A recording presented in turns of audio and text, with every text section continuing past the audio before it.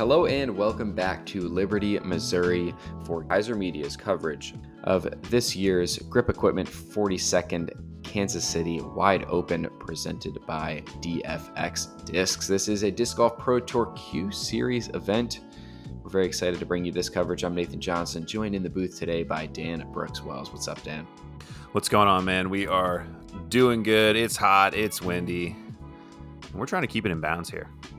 Yeah, some struggles from our players on the front nine. Only GT Hancock was able to stay under par. As we saw in round one, though, it can be a tale of two nines. Guys have plenty of holes to turn this thing around. Some of our players from the chase cards and beyond making some moves up the leaderboard. We will see how this shapes out as we are now halfway through the tournament. Yeah, and we are not slowing down here. This is a challenging hole. Hole 10, par 3, 487 feet. A lot of people pitch up to this landing zone. And if you don't, all this long grass is OB. So you can go for this green, but, good luck. Yeah, good luck is right, especially in the windy conditions we saw on the front nine are not going to slow down anytime soon. So this is a bonus birdie if I've ever seen one. Absolutely. And a lot of people who go for it, they end up on that left side in the trees. It's not OB, but it's a tough scramble out. You could see Hancock does not want any part of that OB, and he, I think, wisely lays up, especially in this wind. Yeah, you can see the disc dancing around out there. Parker Welck opting for the layup play as well. Looks like it might be a driver from Kiefer. Let's see if he... Nope, just kidding. Just a layup. It just, so like this hole, a lot of guys, they get it in practice, right? Like they throw 5 or 6 shots. You can get 1 or 2 to stick, maybe more. So they're like, all right, I'm going to go for this during the tournament. And then conditions change. Maybe you screw it up and all of a sudden you're throwing OB or you're throwing to the trees to the left. And it's just not worth it this early in the round, this early in the tournament. Yeah, maybe we'll see some of things change for round 3, but as for today, we see 4 layups here on hole 10. Pretty standard up shots for these guys. Just going to drop a nice putter shot into the green.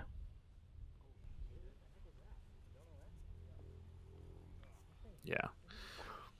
In this hole, this can be the most exciting hole, or it can be the most boring hole. And I'll take boring, if I'm being honest right now, if I were playing. But like you said, tomorrow we might see a little bit more exciting. Welck leaving it a little deep. A little bit of a tester coming back for his par. Yeah, but a nice shot from Kiefer keeps him close. So, yeah, about a 25, 30-foot tailwind putt for Parker Welck here. Oh, and just a little bit high. Yeah, a couple high chains. And please remember, if you did not watch the front nine, we have heard that Welck's car got stolen and his backpack is, his discs with it. So he is playing with all new discs. And that's a tough miss for Kevin Kiefer to swallow. Executed his game plan perfectly. Gave himself a 15-foot, 20-foot putt for par, but just a little wide right. Maybe a little overcompensation for that right to left wind. Potentially, it can really get in your head. I mean, it is just a mind game out there. Yeah, this hole actually played kind of middle of the pack at a 3.58 average in terms of difficulty, but we only saw 1 birdie on the day, Nolan Ramser with the 2. So, I think a lot of the field just opting to play this one for par, and who can blame them? Not me. Headed to hole 11. This is a par 3, 383 feet. You'll see a lot of people flex to the left of that small little tree. Now there's OB lining the left, the right, behind. A little bit of an elevated green as well. So again, taking like an overstable fairway or an overstable driver, having it hit that top left side and kind of flex over to the right. Yeah, something like this is absolutely perfect. Just needs it to check up Sit down. Yeah, Just we saw barely. we saw you. Yeah, just barely. We saw yesterday a couple guys go a little deep after hitting the gap. So nice to see it check up. This needs to get down, and it does. Yeah, that left side OB can come into play pretty quickly if you leave the disc a little high and don't give it enough turn. We saw a couple players find that in round one. But this is looking like a great release angle for Welck. See if it has the distance, and yeah, finds that slope. It was pretty perfect right there. So Kiefer definitely wants to follow that line. Looking pretty good. Yeah, well thrown. Comes up a bit short, but common result on this hole. Just put it at the base of that hill. Take your circle's edge birdie putt. Jake Monn going to be up first. Out in circle two. Just floats it a bit wide. GT looking like a 30 to 35 footer coming back. Bang! That was a confident putt right there from GT Hancock. Knocks down the birdie from just outside the circle. Looking to start to pull away from some of these other guys on the lead card.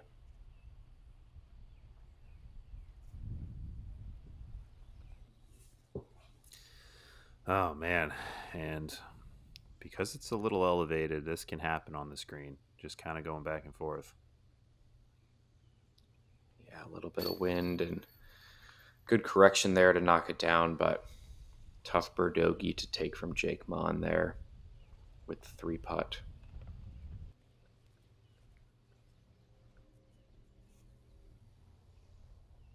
Kiefer after a very nice drive. Ooh, some weird reaction in the basket, but it does stick. Yeah, there's a good bounce back putt after that miss on the last hole. And same thing for Welck. I think that was Parker's first birdie of the day, so finally gets the monkey off the back. Oh, man. On the 11th hole of the round. Not bad, only one over, but we are headed to hole 12. This is a par 4, 652 feet. Hit this tight gap, get to this landing zone here. Some people try and push for here, and once you're here, it's another tight gap up into this green. So we did see this play as a full stroke, I think more than a full stroke over par yesterday. Yeah, it used to be a par 5. So it's not too surprising. This is looking nice out of the hand from Hancock, but just a bit right. Catches a late tree. But not a bad result. No, not at all. Now, a lot of people like to do a putter or a mid, at least maybe when it was a par 5, so that if you did kick a tree, you'd not kick so far or a little bit straighter of a flight. But now, since it's a par 4, people are taking fairways and like trying to flip it up the gap and get as deep as they can. And that is not a good kick. That's the danger of this hole. Get a little aggressive can be lead to a bad result. But this looks very nicely thrown from Jake Monn. If it keeps pushing straight all the way to the corner. Oh yeah. Yeah, that's a pretty good shot right there. He's gonna be looking at the gap, having a shot into the basket.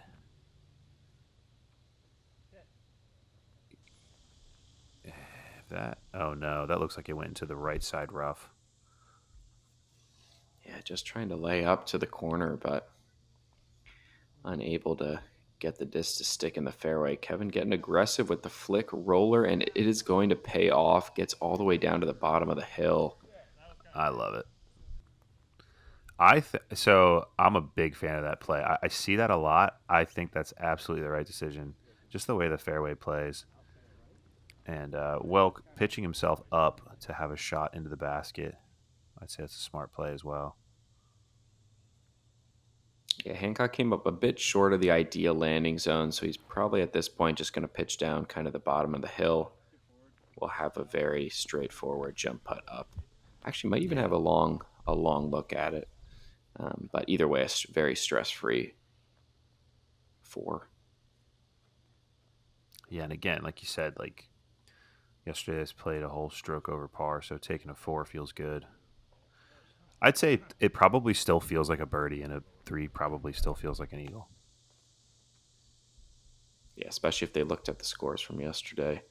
This was a absolutely incredible drive from Jake Monn, but he just pulls, or not pulls, early releases that flex forehand. Just like that, he's now finds himself scrambling for a par.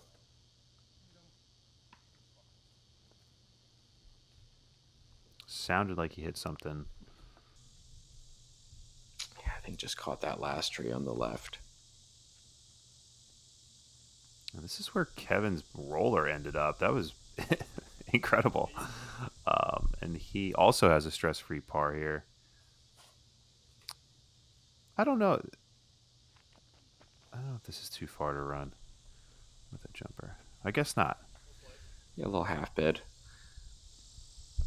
Jake's definitely going to try to make this one. This would be for his par as well. And just clips a branch.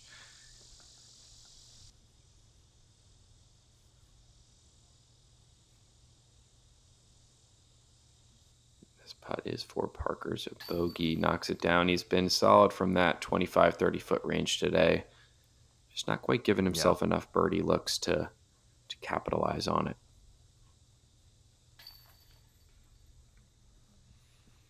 We got some good tap-in pars by Kiefer and Hancock. This wasn't, surprisingly, this actually was not the hardest hole on the course. It did play .95 over par, but again, not the hardest. I think players after day one kind of wised up, maybe.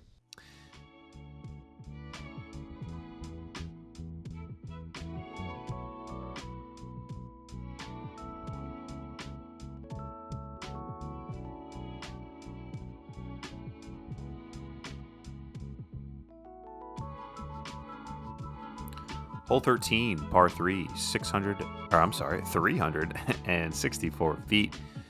Plays pretty much like an island. There's OB surrounding the pin. And nobody's really laying up here. Everyone's going for it. There is like a layup zone, but it's nobody does it. So this probably plays... Oh, sorry for interrupting, but it probably plays more like 380 up the hill. Yeah, something like that. I was surprised to see more of the straight shot from Hancock there. We saw a lot of players throwing the backhand go for more of a straight / subtle turnover line at it. These guys just going straight hyzer. That one leaks a little short left for Kiefer. Doesn't quite hang on, unfortunately. But there is a lot of room out left if you've got the forehand power to do it.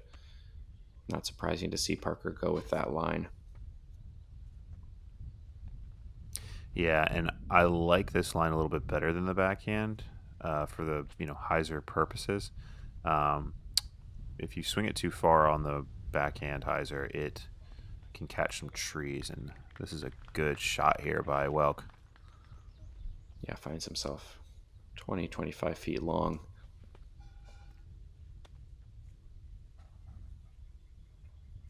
Jake now coming off a couple of bogeys. Looking to put this one close. That's a nice looking line if it checks up. Oh, yeah. There's really not much room for error, though, on that shot, right? Like, if he goes a little bit more to the right, he's in the tree. Goes left, he might be looking to be in. What a stepper from Kiefer to save his par. Yeah, doesn't look too happy about it, but that is still a great stroke to save and avoid any further damage. Good birdie putt from Parker Welck. Players seem to have figured out this hole a little more than day one. We saw some struggles keeping it inbounds on this green semi-blind tee shot.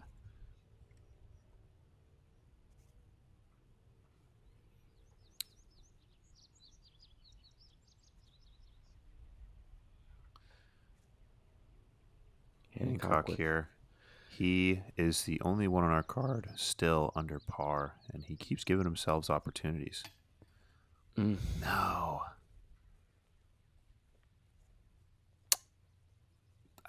Was it high? Was the slight headwind? We might never know. Yes. Nice birdie putt from Jake Monn. Not the round he was looking for today, but if he's able to finish strong and grab a couple birdies, keep his total score under par, he can definitely still scrap together a good finish at this tournament. 3 rounds at this course, it's tough to stay consistently putting together hot rounds every single time. So still strokes to be gained on people. Right, you are, and we are at hole 14, par 4, 859 feet. Kind of trying to shoot out here to this landing zone. Tough to do. There's a Mando you got to get around as well, and then getting it down and into this green OB behind the basket, OB to the left of the basket, OB to the right, all the way down this fairway. Now, this tee head has changed from last year. This was a pretty soft hole last year. Now it is tough because you need to push this drive farther than what is comfortable. And oh, what a horrible reaction as Parker hits those branches on the left-hand side and kicks him OB right. He could see he was just in disbelief.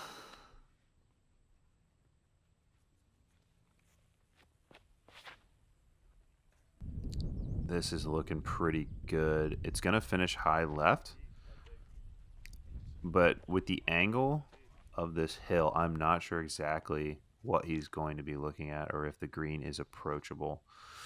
It seems like to get to the spot that you could last year, you got to have a really late flip. And that's really technical, and it's really dangerous too, flipping into that right side OB. I think most of the field this year kind of content to just play this hole for par. Unless you throw a really good tee shot, it is a demanding second to get all the way up there for a putt. And even if you come up 40 feet short, it's this terrifying putt to run with the OB behind the elevated basket. So Parker just going to have to pitch around the corner now after finding that early OB right. We'll see if he's able to save a bogey from there.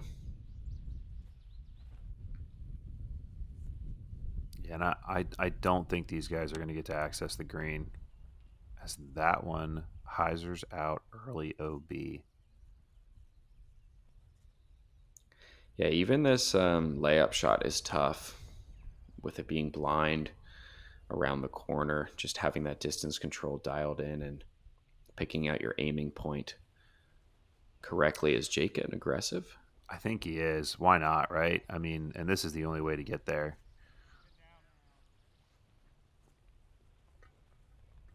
Oh, it was on a great line. Did he? He went deep, didn't he? I think so. And it looked like a slower disc, too. I think he just went like mid-range, but it just kept going. Yeah. Yeah, it is a good drop, downhill. And look at this shot from Welck. Wow, yeah, that is huge to limit the damage to just a single bogey after that tough break on the tee shot. Touchy approaches here for the players. Well thrown from Hancock, going to give himself an uphill putt, putting away from the OB as well.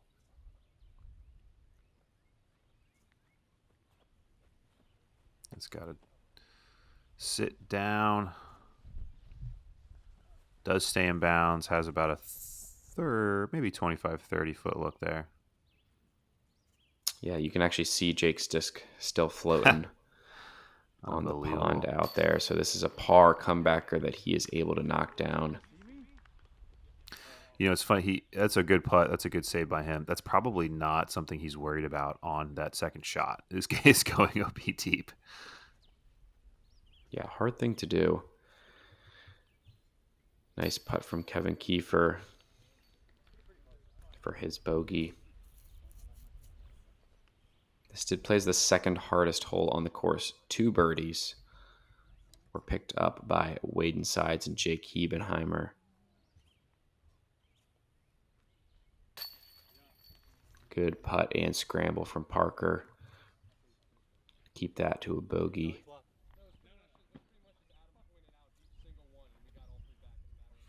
Yeah, pretty tough.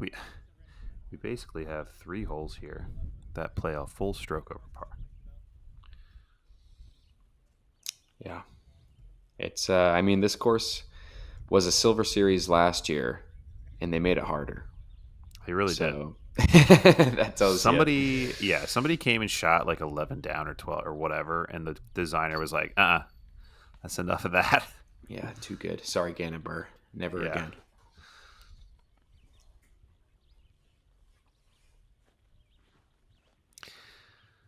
We are going to see this pond again on this hole here, hole 15, par 3, 288 feet. A lot of people like to take this left side gap with a forehand and make sure we get it over the pond and into this green. It's kind of an ace run. You were saying that yesterday because you just don't want to be short. Yeah, definitely don't want to come up short. If you do, too, you're probably not getting your disc back in the swamp. Oh, no, this is a misrelease. That one's gone. Yeah, I don't think we have divers here either. I'm not getting in that water, but maybe. You never know. Would not recommend it. You will come out with multiple diseases, some of which haven't been discovered yet. This is pulled. So, like, the forehand's weird here, right? Because you want something that's overstable that's going to finish right, but that tree that he kind of hit is kind of in the way. So, like, having something flip up on a forehand and push, I find to be a little bit more effective. And he catches that tree as well on the backhand and drops right in. Yeah, it's a weird shaped gap. Doesn't really feel comfortable either way. See if Kevin can be the first one to... Doesn't necessarily hit the gap, but he does make it through. And it's going to have himself an outside look at the birdie. But yeah, some struggles from this players on this hole. It's not as easy as it looks from the camera angle we're looking at from the tee. I think this is one everybody wants to get compared to like a lot of the other holes on this course. There's a good upshot there by Monn. Yeah, I mean, at 288 feet, you got to find a way to at least give yourself a putt, right? Whether or not that's taking the traditional line or maybe going the right side or... Yeah, I don't see the right side taken often. We did see Silas do it yesterday. It didn't work out, but it's there. And Kevin takes advantage of hitting the gap that he did hit and knocking down the bird.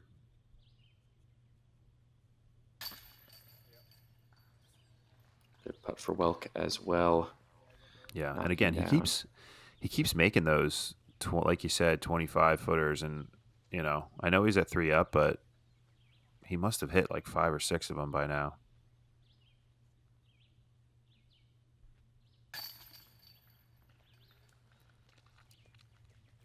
Good save by Hancock, having to pitch across. Just kind of playing some boring golf, He's been able to stay in bounds, grab his pars, and his lead continues to grow, at least on his closest competitors on this card.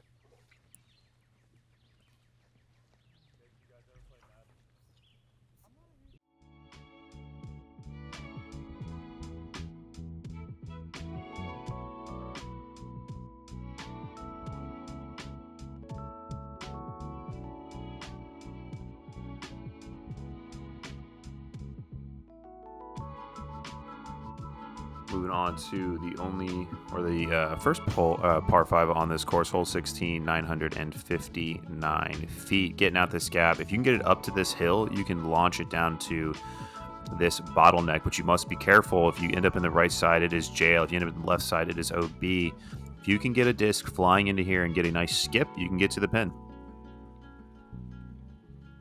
Yeah, multiple demanding shots on this hole. Tight gap off the tee.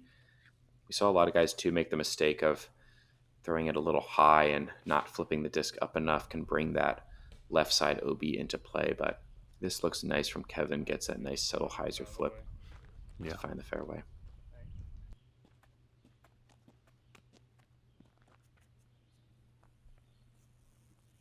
Yeah, and you're absolutely right. I really like a fast driver. That is definitely one of your more understable ones. I'd rather make the mistake of just turning over a bit too much. And you could hear Hancock there say, it's a little short than probably the ideal drive, but anything in the fairway and you can still hunt for a birdie. This is definitely a misrelease from Jake Monn. Pulls that one early. Yeah. Yeah, we talked about it a little bit yesterday. It's hot out there, maybe a little bit muggy. Grip can sometimes be an issue, but not for Welck because he rips this one down the fairway. This is not. This is almost re-tee territory. Almost. Like, can you pitch it out to like an open spot? Is that even possible from there? He does. We'll see what that lie looks like. Not great, but well executed to find the fairway. He'll have an outside chance to save a par from there. Yeah, he's gonna have to really nail one on his fourth shot. Needs to sit down, and it does. He'll be looking into that gap we were talking about, skipping one up to the basket. So this is a common play because you have all this air to the left. You can kind of throw it over the OB and let it drift right. But, that needs to... Okay, the downhill takes it. But a lot of people, what happens is they get nervous of the OB, and they finish hard right into the trees. I love where Kevin is. I love the stable disc that's going to turn a little bit out of the hand and ride down the hill. This one looks high.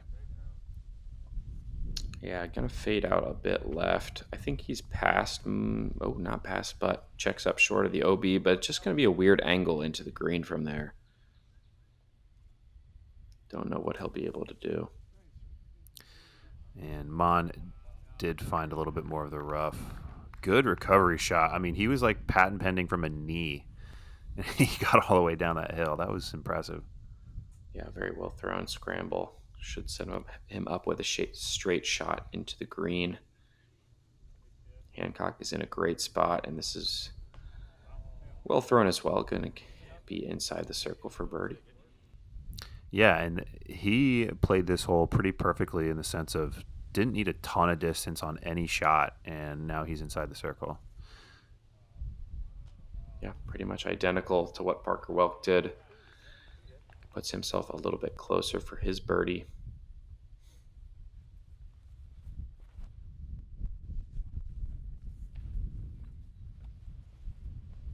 But the struggles continue for Jake Monn. Just pulls that up shot a bit. Kevin's looking a little saucy through this inside gap.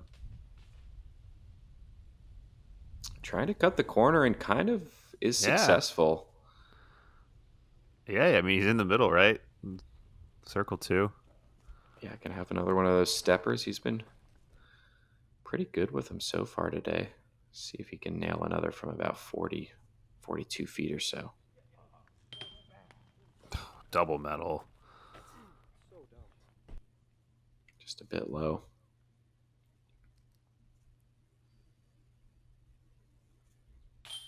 And there's a good birdie by Hancock, increasing that lead. Keeping it consistent. Yeah, especially this back nine. Been playing nice and clean. Never really in any trouble.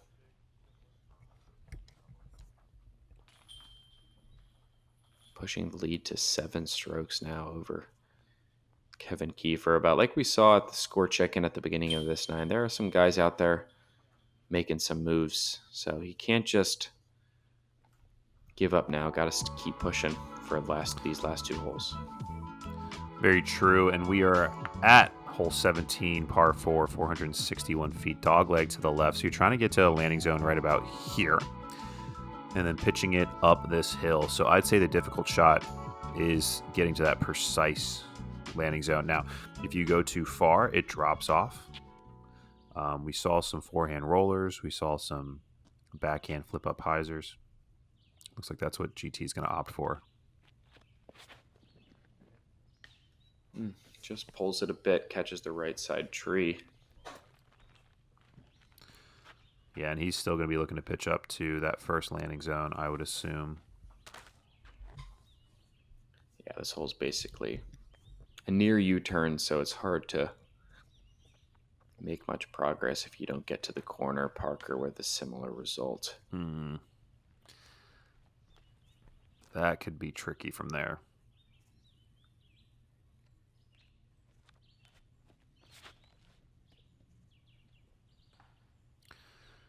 Looked okay out of the hand, but we heard a tree pretty quickly. If you end up, it gets even tougher if you kick left because you're extremely cut off then.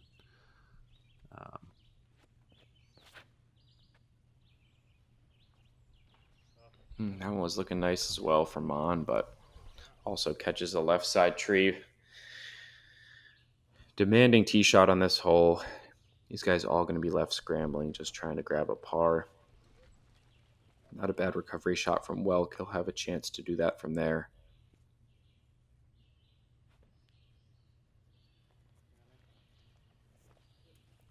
GT nice and smooth. Looks like he's up against that tree, but he should have a shot into the basket. Ooh, that took a nasty kick to the left. Like I said, it's kind of jail over there. He might have something like up above his head. We'll just have to find out. Kevin getting aggressive. Yeah, trying to go for the green, but just doesn't quite turn it enough. Didn't have the height. So yeah, a couple of guys now over there on that left side in the thick rough.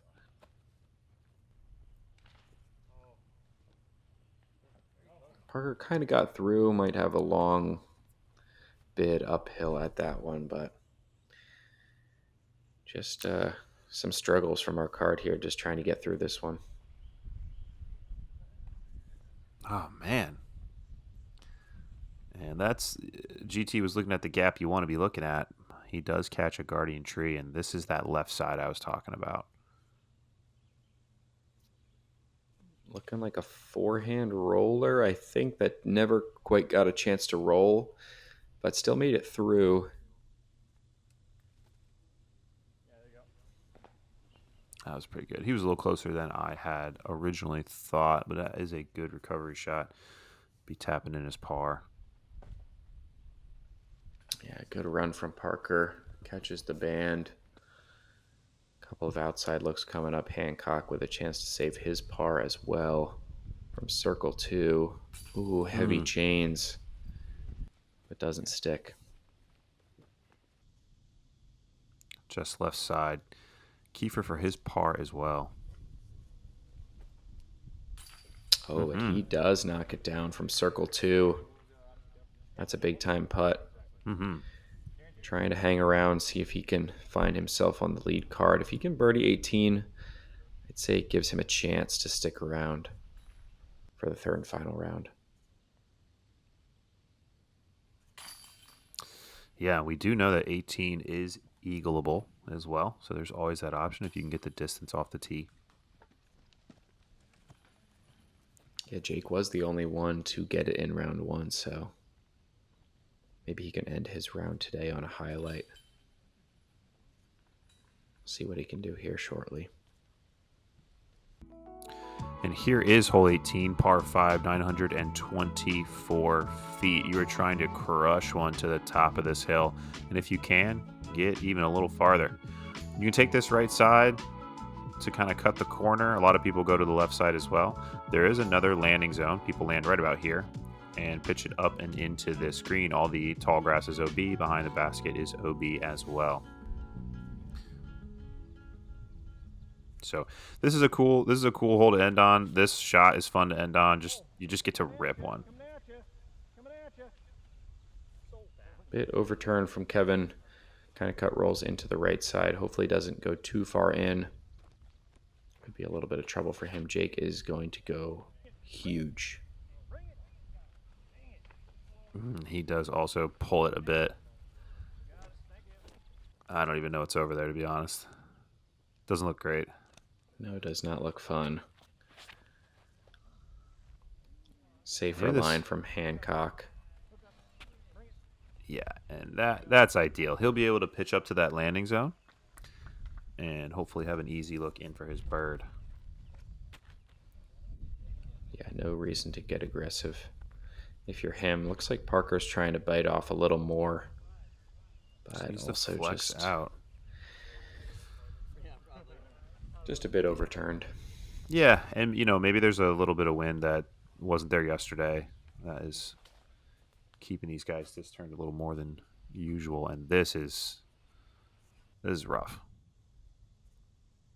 Yeah, they call it that for a reason. Not fun, not a great shot for Kevin either.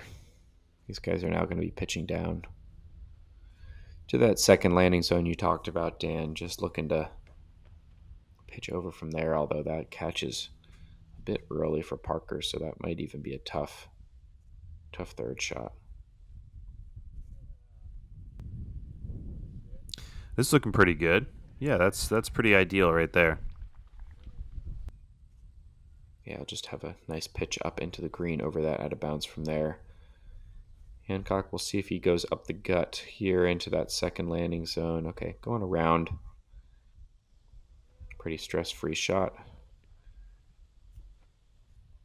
Yeah, and he's just picking these par fives apart, right? Nothing too crazy. Hit the landing zone, hit the landing zone, hit the green. Looks like Parker wants to go over from here. This is going to play pretty far, also slightly uphill to go with the standstill forehand, but he executes it well, just barely gets in bounds. That's awesome. Yeah, it's a big time shot. If that doesn't cross, he's going to be rethrowing from just in front, so nice shot there. Hancock pulls this one a bit, going to have a longer look than he'd like for his birdie, but still right around circle's edge.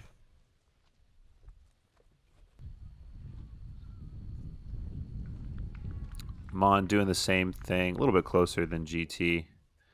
Maybe there's some wind kind of pushing it to the right. See if Kevin adjusts for that. Yeah, he does. That's a good adjustment. Tailwind kind of just dropping those discs. Kiefer will be able to save the par. So Hancock here with a birdie look to finish his round strong, but just a bit low.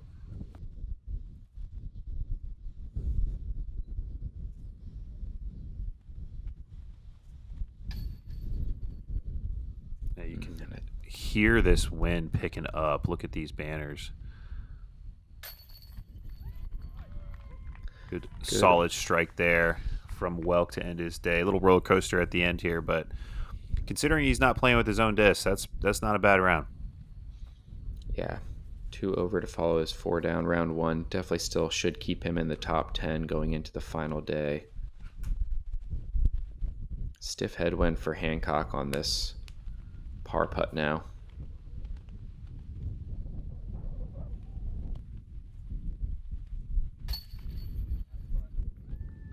Strikes one in there. The only player on our card to finish under par in these tough conditions on this tough course. Yeah, solid round, to back up his hot round from round 1. Obviously, I'm sure he would have loved to back up the 7 with another 7, but to finish at 2 and keep him moving in the right direction, it's just what he needed. As we take a look at our card, and we'll take a look at the leaderboard here in a second. We're going to have 3 new players on our lead card joining GT Hancock for the final round. Micah Groth, Drew Gibson, Braden Sides, all able to shoot 4 under par and put themselves in contention. We've got one more round here at this year's Kansas City Wide Open, so make sure to tune in. We'll have that coverage coming for you very soon. So make sure to subscribe. For Dan Brooks Wells, I'm Nathan Johnson. We'll see you next time.